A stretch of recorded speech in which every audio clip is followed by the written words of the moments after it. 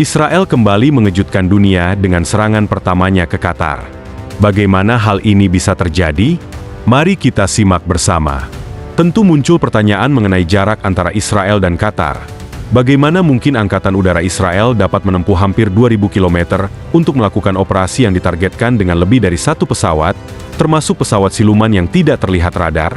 Ini adalah pertanyaan yang mengungkap cerita di balik serangan ini. Target serangan bukanlah barak atau pangkalan militer, melainkan sebuah bangunan tempat tinggal di Doja, di mana para pemimpin senior sering berkumpul di bawah perlindungan penjaga elit, terletak di antara 5 blok identik dengan pom bensin beberapa meter jauhnya. Operasi ini harus dilakukan dengan sangat presisi, menghancurkan satu bangunan tanpa merusak bangunan lainnya, termasuk stasiun bahan bakar yang berdekatan. Untuk mencapai hal ini, Israel meluncurkan hampir 10 senjata berpemandu presisi secara bersamaan. Semuanya disinkronkan dengan titik dampak kunci struktur. Ada spekulasi mengenai jenis amunisi yang digunakan, termasuk pompa berpemandu GPS, proyektil spike dengan penunjukan laser, atau bahkan rudal rampage yang ditakuti, yang mampu melakukan perjalanan jarak jauh dengan kecepatan supersonik dan marin kesalahan hanya 10 meter. Serangan ini menghancurkan bangunan pusat, sementara 4 bangunan lainnya tetap utuh. Namun, yang mengganggu adalah bagaimana Israel dapat mengetahui dengan kepastian mutlak bangunan mana yang harus diserang. Sejak awal perang di Gaza, kawasan tersebut telah dijaga ketat. Tentara dari penjaga Emiri berpatroli 24 jam sehari, dilengkapi dengan kamera, kontrol, dan kendaraan pengawal. Ini tampak sebagai perlindungan, tetapi sebenarnya menunjukkan bahwa ada seseorang yang penting yang bersembunyi di sana. Bangunan tersebut adalah titik pertemuan biasa bagi para pemimpin tingkat tinggi. Qatar menerima mereka dengan dalih menjaga dialog terbuka. Tetapi alasan sebenarnya adalah untuk melindungi diri mereka dari kemungkinan serangan. Dengan menawarkan perlindungan, para pemimpin ini menghindari menjadi sasaran. Lalu, bagaimana Israel berhasil menembus Qatar? Jawabannya terletak pada intelijen, khususnya Shin Bet, Badan Keamanan Internal Israel. Mereka mengerahkan jaringan teknik, informan di lapangan, komunikasi terenkripsi, pengawasan satelit, drone ketinggian tinggi, serta alat-alat sibernetika yang mampu mendobrak hambatan digital. Setiap bagian data, sinyal, dan pergerakan disilangkan dan diverifikasi. Misi ini bukan sekadar serangan tepat sasaran, tetapi merupakan prestasi teknik udara yang luar biasa. Jarak antara Israel dan Doha melampaui 2.000 km. Terlalu jauh untuk radius pertempuran yang penuh dengan senjata berat. Untuk masuk dan keluar dengan selamat, dibutuhkan sesuatu yang lebih. Pengisian bahan bakar di udara. Diperkirakan sekitar 15 pesawat tempur berpartisipasi dalam operasi ini, dan mereka harus bertemu secara rahasia dengan tanker terbang besar, seperti Ram Pound 707, yang mampu mentransfer bahan bakar di udara. Pengisian bahan bakar tidak dapat dilakukan di sembarang tempat. Itu harus dilakukan di koridor zona internasional, atau negara ketiga yang tidak memiliki radar musuh. Antara pukul 3 dan 4 sore, langit Doha tetap tenang. Tidak ada yang membayangkan bahwa ratusan meter di atas kepala mereka, formasi Israel sudah siap untuk meluncurkan serangan bedah, hanya dalam waktu 3 jam perjalanan menuju Qatar. Seluruh serangan hanya berlangsung selama 2 menit. Lebih dari 10 amunisi berpemandu presisi dijatuhkan hampir bersamaan di blok tengah Qatar, di mana para negosiator tidak pernah berada. Setiap proyektil mengenai titik tertentu pada struktur yang menyebabkan bangunan itu runtuh. Jika Anda bertanya-tanya mengapa Qatar tidak mencegat ancaman tersebut, jawabannya adalah bahwa serangan itu bahkan tidak terdeteksi. Pesawat F-35I Adir, dengan desainnya yang tidak terlihat oleh radar, bersama dengan sistem pengawasan dan penanggulangan elektronik, memastikan bahwa keberadaannya tidak terdeteksi. Profilnya yang tersembunyi, membuatnya hampir tidak mungkin dilacak oleh radar konvensional. Sementara itu, pesawat F-16 dan F-15I mengamankan ruang udara, siap menghalau serangan musuh atau respons yang tidak terduga. Selama operasi, pesawat pengintai mengirimkan informasi secara real-time, mengkonfirmasi bahwa setiap langkah operasi berjalan sesuai rencana. Setelah dampak serangan, tidak ada perayaan. Para pilot segera berbalik, mencari tanker untuk pengisian bahan bakar sebelum kembali ke Israel. Dalam hitungan menit, langit menjadi kosong kembali. Namun, ini bukanlah serangan pertama dari Israel yang dilakukan dengan cara seperti ini. Terdapat sebuah kasus sebelumnya yang lebih brutal, yaitu penghapusan target yang tersembunyi di ruang bawah tanah suatu bangunan bertingkat, menggunakan 80 bom semi-penetrasi dalam satu serangan. Strategi di balik serangan semacam ini dapat dipahami melalui analisis 3 kemungkinan skenario. Skenario pertama, sebuah agensi intelijen asing memberikan koordinat yang tepat. Data tersebut begitu akurat, sehingga memungkinkan pesawat untuk melepaskan puluhan bom di titik yang sama tanpa marin kesalahan. Skenario kedua, agen Mossad beroperasi di lapangan. Salah satu agen dapat menerangi target dengan penunjuk laser, memandu serangan pesawat ke jantung bangunan. Skenario ketiga, setelah 5 tahun pertasan dan pemantauan komunikasi organisasi, lokasi tepat di mana pemimpin akan berada telah ditentukan. Misalnya, mereka berada di Tajila, sebuah lingkungan di selatan Beirut.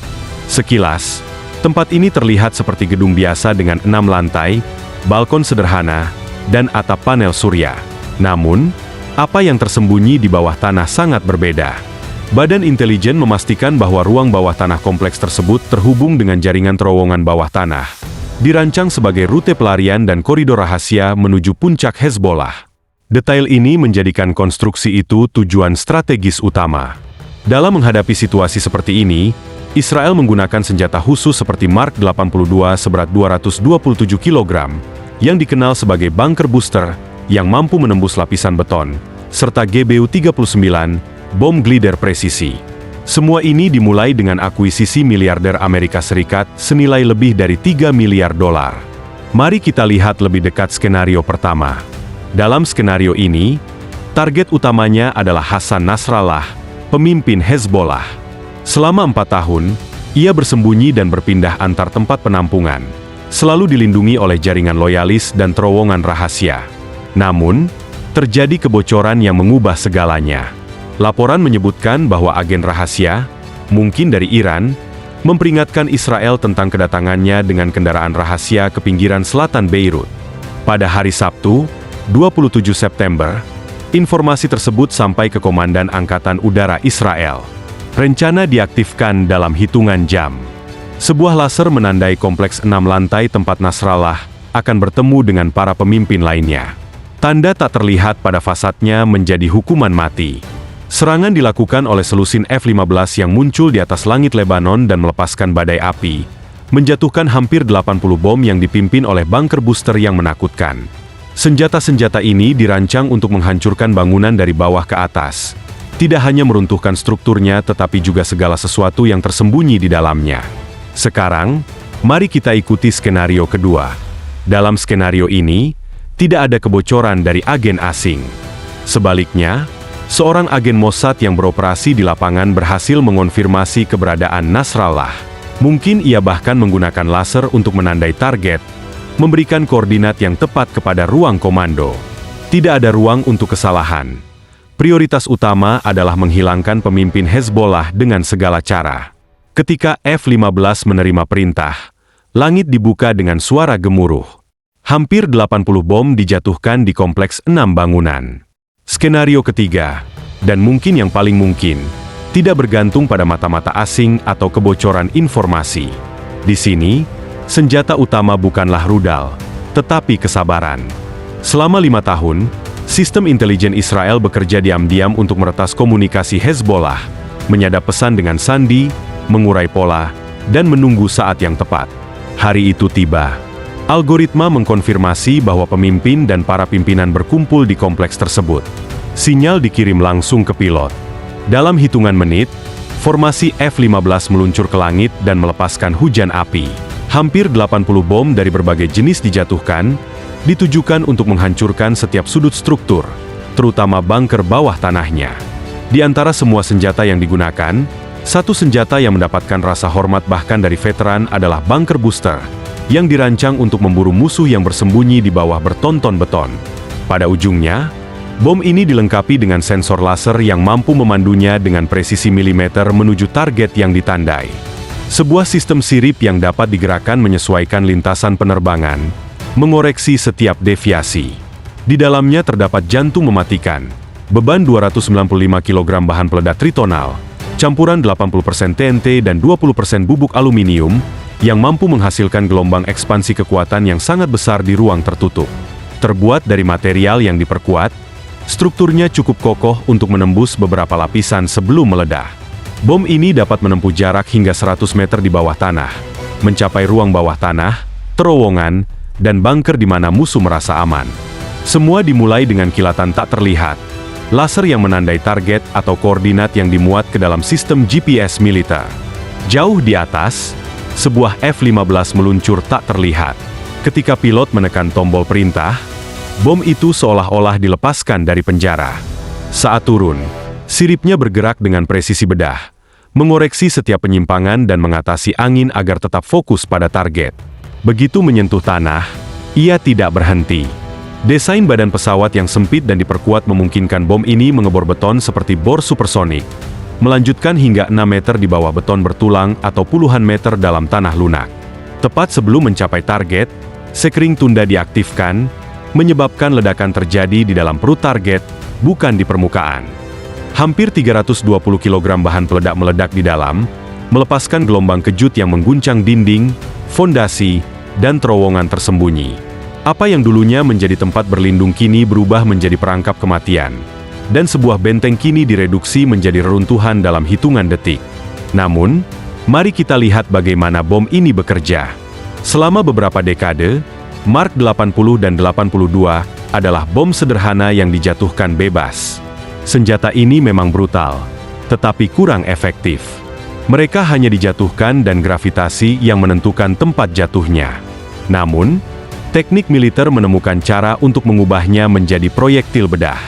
Semuanya dimulai dengan pemasangan sekring, baik di hidung, di ekor, atau bahkan keduanya. Dalam versi dasarnya, ketika bom menyentuh tanah, sekring depan mengaktifkan saluran ledakan dari depan ke belakang, menyebabkan ledakan instan yang merusak. Namun ada opsi lain yang lebih mematikan. Sekring FMU 139 di bagian belakang, yang dapat diprogram oleh pilot untuk mengaktifkan ledakan dengan penundaan. Dengan cara ini, bom dapat menembus permukaan beton, maju beberapa meter ke dalam struktur, dan kemudian meledak dengan muatan peledak tinggi seberat 227 kg. Hasilnya sangat menghancurkan, menyebabkan tembok runtuh dari dalam dan atapnya ambruk dengan sendirinya. Semua ini dengan biaya mengejutkan hanya $4.000 per unit. Revolusi ini terjadi ketika mereka berhasil mengonversi bom konvensional menjadi bom pintar. Inilah yang melahirkan jam, yang mengubah Mark 80 klasik menjadi senjata berpemandu presisi. Prosesnya dimulai dengan membuang ekor konvensional yang menghambat. Dalam modul panduan baru yang terpasang, sebuah inovasi mengubah silinder baja sederhana menjadi rudal modern. Di dalamnya terdapat inti sistem, yaitu set navigasi inersia yang dilengkapi dengan GPS militer berkualitas tinggi. Kombinasi ini memastikan bahwa bom mengikuti lintasan yang tepat hingga mencapai target, bahkan jika dilepaskan dari jarak puluhan kilometer. Di sekitar sistem elektronik ini terdapat cincin adaptor yang menahan antena telemetri, yang bertanggung jawab untuk transmisi data waktu nyata, ditambah baterai terenkripsi yang melindungi informasi sensitif dari gangguan. Di luar, sirip komposit dikerahkan, dikendalikan oleh roda gigi yang menyesuaikan setiap gerakan. Namun, evolusi jam tidak berhenti pada presisi. Para insinyur ingin memberikan jangkauan yang lebih luas dan kemampuan yang lebih canggih. Inilah yang melahirkan Jidrada, yang dilengkapi dengan kit laser di bagian depan dan sayap lipat yang mengubahnya menjadi bom luncur. Dengan modifikasi ini, jangkauan senjata meningkat dari hanya 25 km menjadi lebih dari 75 km, melipat gandakan jangkauannya tanpa mengurangi ketepatan. Dengan kata lain, pesawat dapat melepaskan bom ini dari jarak yang lebih jauh dari targetnya, menghindari area yang dipenuhi dengan pertahanan anti pesawat. Rahasia jam terletak pada kesederhanaan yang mematikan. Sebelum pesawat lepas landas, target sudah terukir dalam ingatan. Jika ada perubahan pada rute, kru dapat menjadwalkan ulang penerbangan sepenuhnya. Ketika dilepaskan, bom tersebut bertransformasi dari benda yang tidak bergerak menjadi proyektil yang terjaga. Sistem GPS militer membimbingnya dengan akurasi matematis, tanpa terpengaruh oleh hujan, kabut, atau asap yang mungkin menyembunyikan tanah. Sirip belakangnya berputar dengan penyesuaian mikro yang konstan, mengoreksi setiap deviasi seperti burung yang mengembangkan sayapnya melawan angin. Bom ini mengarahkan dirinya sendiri, hingga jatuh tepat pada titik yang telah ditentukan untuk menghancurkan. Meskipun tidak memiliki sayap besar seperti pesawat terbang, fisika mendukungnya. Mirip dengan penerjun payung yang menggunakan kedua lengan dan kakinya untuk berputar di udara. Jam memanfaatkan permukaan aerodinamisnya untuk mengubah lintasan. Hasilnya adalah proyektil seberat 227 kg yang, dalam terjun bebas, tidak hanya mengenai target dengan presisi milimeter, tetapi juga dilakukan dari jarak yang membuatnya hampir tidak mungkin untuk dicegat. Namun, Israel tidak puas dengan hanya menggunakan bom pintar. Mereka menginvestasikan jutaan dolar untuk memperoleh sekitar 5.000 unit senjata yang mendefinisikan ulang presisi udara, GBU-39, sebuah proyektil glider yang dirancang untuk menembus baja dan beton seolah-olah terbuat dari kertas. Dari luar, GBU-39 terlihat seperti rudal bergaya dengan badan pesawat baja yang diperkuat, tetapi di dalamnya tersembunyi rahasia sebenarnya. Sebuah bom seberat 113 kg yang dikonfigurasi dalam selubung penembus. Di bagian depan terdapat generator bersenjata, dan di belakangnya modul sayap lipatan yang terbentang saat peluncuran, memungkinkan proyektil meluncur puluhan kilometer menuju target. Senjata ini dilengkapi dengan sistem keamanan tingkat lanjut yang terintegrasi, termasuk GPS militer anti-jamming, komputer siaran, dan sensor laser yang mampu mempertahankan lintasan meskipun ada upaya pemblokiran elektronik. Ditenagai oleh baterai termal, GBU-39 dapat bermanuver di udara seolah-olah memiliki kehidupan sendiri. Sekarang, Anda tahu bahwa Israel tidak hanya melempar bom. Mereka mengerahkan kekuatan udara yang mampu menghapus sebuah bangunan, kota, atau keseluruhan cerita. Di langit, mereka memutuskan siapa yang hidup dan siapa yang tidak.